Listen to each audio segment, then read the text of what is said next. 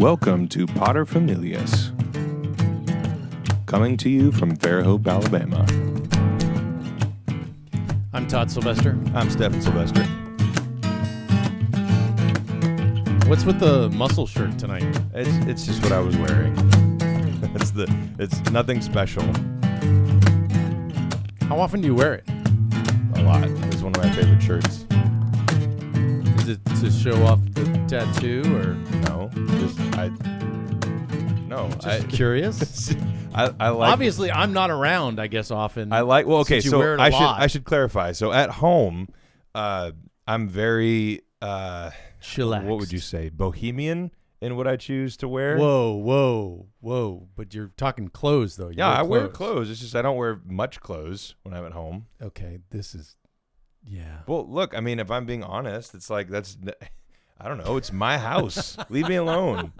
When the kids are asleep. If I don't want, yeah, of course. If I don't want to wear pants, then I'm not going to wear pants. Fair. So, yeah. That works. There you go, everybody. Too much honesty for Potter Familias today. And probably, if people really are watching the videos, they're going to say, "Does Todd own anything other than a black T-shirt?" No, you're too cool for different. Let me color explain. Shirts. I own 5 black T-shirts, identical to these.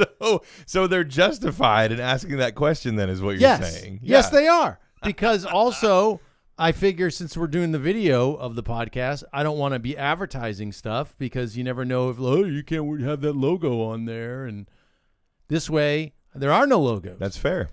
Black T-shirt. And you know where I Black got them? is still a choice, though. You know where No, it wasn't really that much of a choice. Black is a choice. Shut up and listen. Well, I was going through a bunch of boxes and stuff, and I found these 5 black T-shirts that your sister bought for a security detail for some like retreat or something. And I called her and I said, "Hey, I found these 5 black T-shirts." She goes, "You can have them." I'm like, "Score."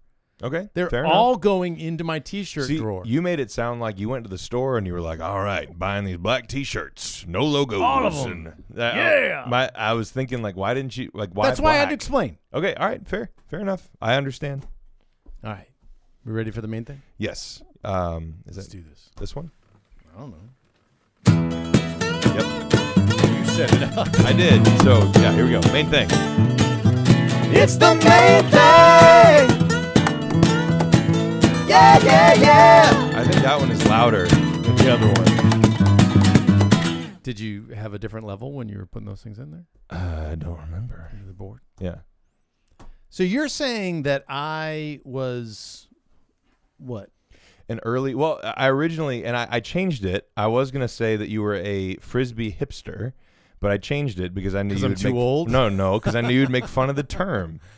So I think it makes more sense for me probably because there's all these high school kids in the youth group and kids who've been through my program who are like, "Oh, have you ever heard of Ultimate Frisbee? It's amazing." And I'm like, have you ever heard of Ultimate Frisbee? Yeah. A high school kid asked me that a couple of weeks ago. He was like, "Have you ever heard of this game?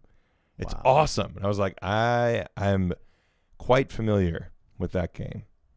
So I'm a hipster? Well, kind of. You would have been at the time because you Do probably I need a cool beard? Well, let me ask you this. So Do was I it need plaid shirts? when you were in high school? Skinny jeans. Oh my gosh, leave me alone. When you were in high school, did you know anybody who played Ultimate Frisbee? I'd never heard of the game until college. Okay, and when you got to college, what was that like learning it for the first time? It was annoying because I didn't like spirit of the game. Yeah, you've talked about that before. You think there should be refs, There but should be because it's dumb. that's your opinion. No, I'm right. No, it's just an opinion. It is totally subjective. the spirit of the game. Why are you pushing this? Is dumb. What's wrong with you? It will never get to a certain level without referees. You got to have refs. Do they have refs now? No way, man. Do they have refs now? Didn't do that. At the pro level, do they? Spirit of the game, oh my dude. Gosh. Yes, Never. I'm well aware of his criticisms, y'all. Well aware. We've talked about this before, but I loved playing. Right. I And absolutely loved so playing. you're kind of a hipster because at that time in the late 80s, it wasn't a super popular nationwide sport. It was invented in Colorado, from what I understand, and it came from there and spread to the other parts of the country. I could be wrong about that. Thank you, whoever made it. Whoever made it. California, Colorado. I think the wherever guys it that was. invented it are still alive too, but I could be totally wrong. I know that it was invented at a college and they used the same type of Frisbee that we use to play it today, and they just invented the game. and it's changed about a little bit. 175 gram disc. Yeah, and by the way, while we're on the subject of Ultimate Frisbee, we have to say Discraft is far superior to Whammo. Oh, yes. Change my mind. By far. Change my in mind. the comments. Let's whatever, go. Dude. You're going to lose Discraft that is better. one. Discraft is better. Don't even try. So that's the only really strong opinion that I have about Ultimate Frisbee, other than I love to play it. So you played it, and you were one of the early adopters. Yeah, so started in 1986. Yeah. And at that time, they were still kind of decide whether it was supposed to be 6-on-6, 7-on-7. Mm-hmm.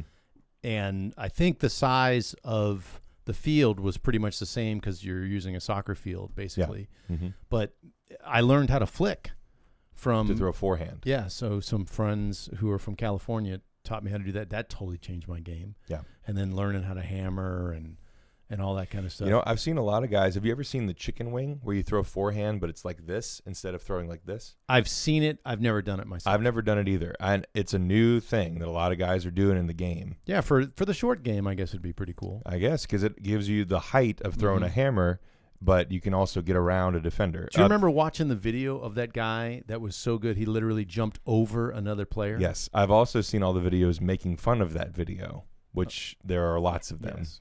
Yeah. That was Still pretty cool. I don't remember the guy's name, but this okay, so that gets into the reason why I'm kind of an early adopter of Frisbee as well, is because there was this huge movement to start playing Ultimate Frisbee that was based around the two guys from Brazil that we still know.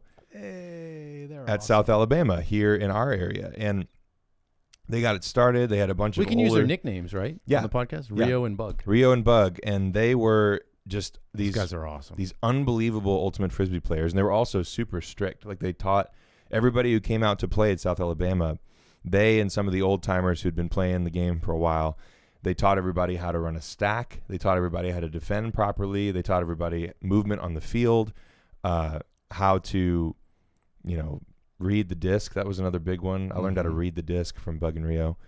Bug was famous for laying out, and he kept injuring himself. You remember that? Yes, very much so. I think he was playing on 2 torn ACLs for a while there, which is crazy, or something like that. Some ridiculous injury where he just like offhandedly mentioned, they were great. Yeah, I'm playing on 2 torn ACLs. And we were all just like, you should probably go to the hospital.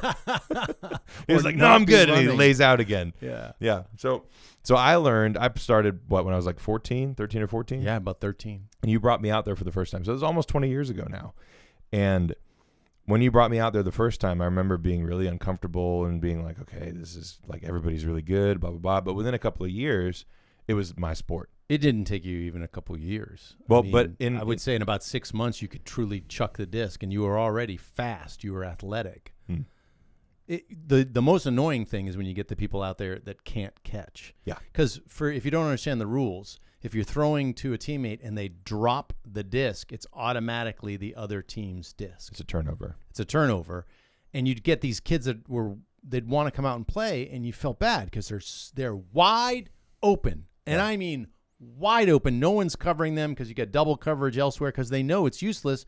You throw them the disc, it's right in the zone. Yeah. Right in the and body. And you go like, okay, like an alligator, like an alligator. And then they go, use sorry. both hands. Hey, sorry. My bad. My bad. It's like, yeah, we just worked that disc for 7 minutes down the field, and now, yeah, it is your bad. You're really bad. And the guys who played at South Alabama took it so seriously. They would like scream at people for dropping the disc. Because why are you playing if you are going to drop the disc? I'm not saying it wasn't justified. It was just funny. And I grew to love the game, and it's a great game. Oh my gosh, we would stay out there for over 2 hours sometimes just playing. Yeah. Like 2 hours of actual playing time. Solid, because you'd always be subbing in. If you couldn't breathe, you'd sub out. And you really couldn't breathe. And it's not like soccer. If you sub out, you can still come back in. Yeah.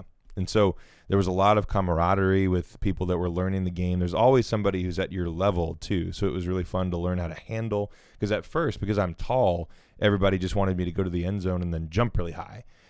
Which worked a lot. Which did. And there's another guy, I'm going to use his nickname, Big Nasty, who used to be out there, and we'd battle it out in the end zone. You know who you are. And there were some elbows thrown. He's taller than me, so it was tough. Really? He is. He's taller than me by an inch. Wow. So it was tough in the end zone. If he got a better read on the disc, then I was normally just like, I give up. Like, I'm not going to try and out jump you. But it was really fun. And then I got to learn how to handle, which is where you sort of sit back and do a lot more short throws in order to move the disc down the field with the other two people that are handling on your team. Ultimate's incredible. Like, the flow of the game is so cool because it doesn't stop and start like football, and a lot more stuff happens more quickly than soccer. So it's got the best of both worlds in that. And a lot more scoring. A lot more scoring than soccer. A lot more scoring. So it's a really fun game. So the cool thing for me is now going out on an ultimate Frisbee field, when I occasionally get the chance to do that, because not a lot of people play around here anymore, I feel like an old timer because kids you are are like, an old timer. Well, you're almost 30. Fair. Thank you for that reminder. What? So kids are asking me, hey, how do you do that thing where you throw forehand? So I get to teach people how to throw forehand, teach them the rules of the game, blow them away by doing a crazy like lean to get around them when they're defending, and then teach them how to count. So it's more fun for me now to teach other people the game that I love even than to play it, although I still love playing it. Oh my gosh, what an awesome It's super game. fun, and I'm going to sound like a terrible person, but it's great when everybody's at a certain level. Yeah. When it's just where it's a training session, that is hard to go a long time. Sure. But as long as you understand that that's what it is, then it's fine. Like, I tried to play with my middle schoolers recently, and I say tried to, and I mean that. Like, it was an extra. Did anyone score? Yes. Yeah. What do you mean? Well, because it gets dropped so many times. It does. It's like turnover. Turnover. But I made it so that there was an incentive to throw to everybody on your team to make sure that everybody got it. What was the incentive? The incentive was, this is the rule and you have to do it. I'm so glad I was not there. Well, but it ended up working out. It was fine, and everybody had fun. Everybody had fun? It wasn't super duper fun for me because it is frustrating to watch people drop the disc over and over, but it was fun to watch the kids learn how to play the game, because after we'd been doing it for a little while, some of them really did start to get the hang of it. And then it was fun. That is kind of cool. Yeah. So I definitely miss playing at the level that Bug and Rio's group were at, though, because boy, we had some great. So if you can find a games. place to play, we highly recommend it. Yeah, it's an incredible sport. If y'all don't know anything about it, then and this is the other cool thing, is that now, even more so than when we first started playing at South, there are huge leagues with sponsors and stuff. Like, you can be a professional player and actually make some money. That's super cool. I think you have to travel quite a bit overseas, but you can do it. So get to the store, go online, and get yourself an ultimate disc. We highly recommend a Discraft. Discraft is so much better. They're not sponsoring this podcast, but they are this better. Is really honest.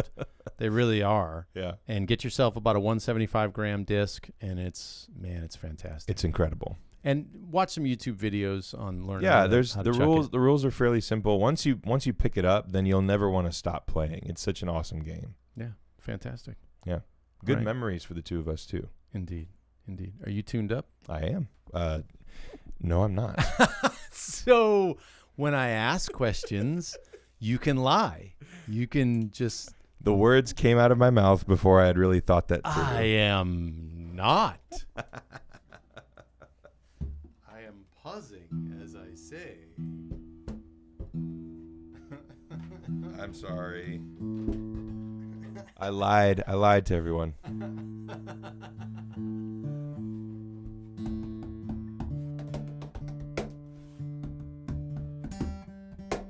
Ew. That's close. That B string's close. Those were not close. All right, here we go. What you got? What you got for us?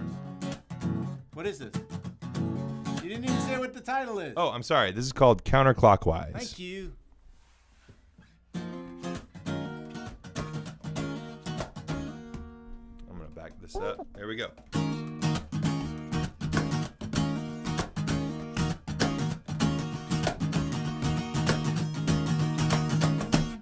You said we need to pause. I felt you hit rewind.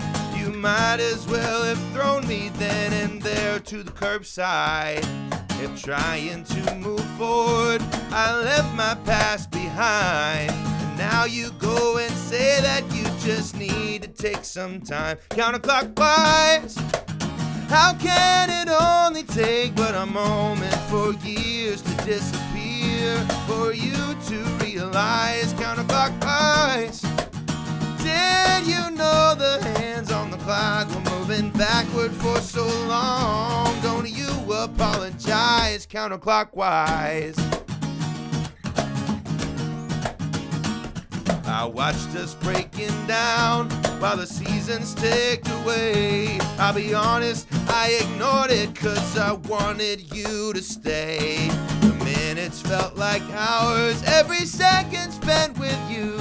Now I wonder how long it'll take for you to be with someone new. Counterclockwise. How can it only take but a moment for years to disappear, for you to realize? Counterclockwise. Did you know the hands on the clock were moving backward for so long? Don't you apologize? Counterclockwise.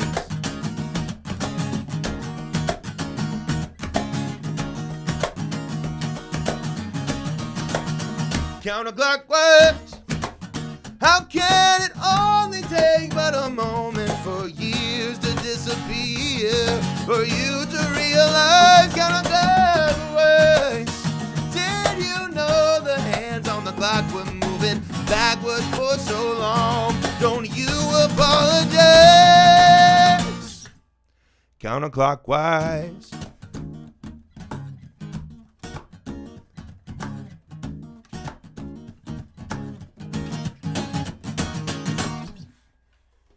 What does that mean? Counterclockwise? It's talking about how, like the whiplash that you get from a sudden end to a relationship. It sounds painful. Yeah, it is. Yeah. Thanks for listening to Familias. Do all the things. Yeah, subscribe and stuff. And all that. Yeah. We'll talk to you soon.